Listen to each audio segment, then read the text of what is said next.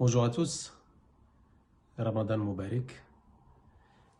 Cette vidéo, c'est pour parler un peu de ce qui se passe à Gaza, d'une manière très rapide. Je pense que je réfléchis comme vous pensez comme moi, et on est un peu stupéfait de la réaction du monde devant cette réalité, cette mascarade, ce génocide. Ce qui me fascine moi le plus, mais d'une manière très amère, c'est que les chefs d'État du monde entier, chacun de son côté, il fait un communiqué, il écrit on dénonce. Je fais un appel à la communauté internationale. Je parle des chefs d'État arabes y compris.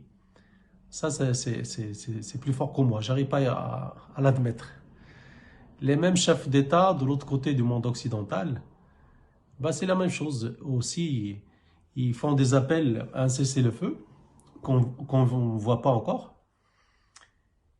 Et ils ont surtout les Américains, cette manie, cette intelligence qui est inouïe, c'est de faire durer les choses.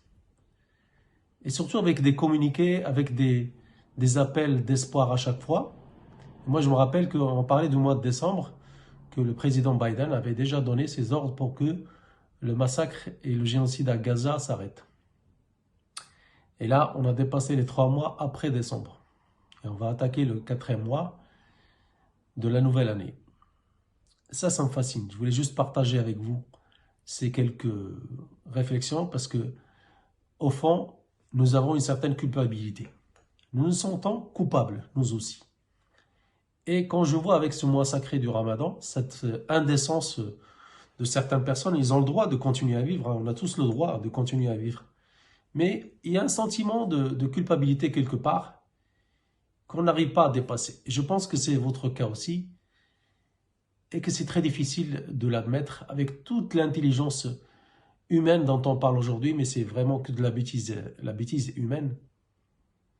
Et voilà, je voulais juste vous dire que c'est amer, ça dépasse tous les sentiments humains, de l'horreur, de, du dégoût, tout ce qu'on peut imaginer sur cette création humaine et ces enfants qui continuent à se faire massacrer.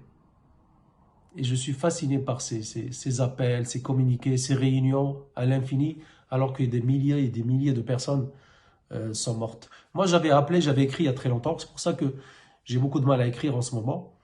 J'avais écrit que les Palestiniens sont les seuls responsables de leur destin.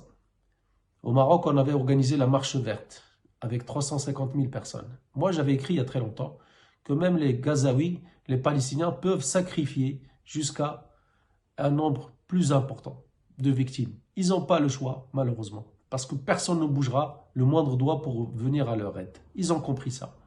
Puisse Dieu les aider et les accompagner dans leur combat. Très bonne journée. Au revoir.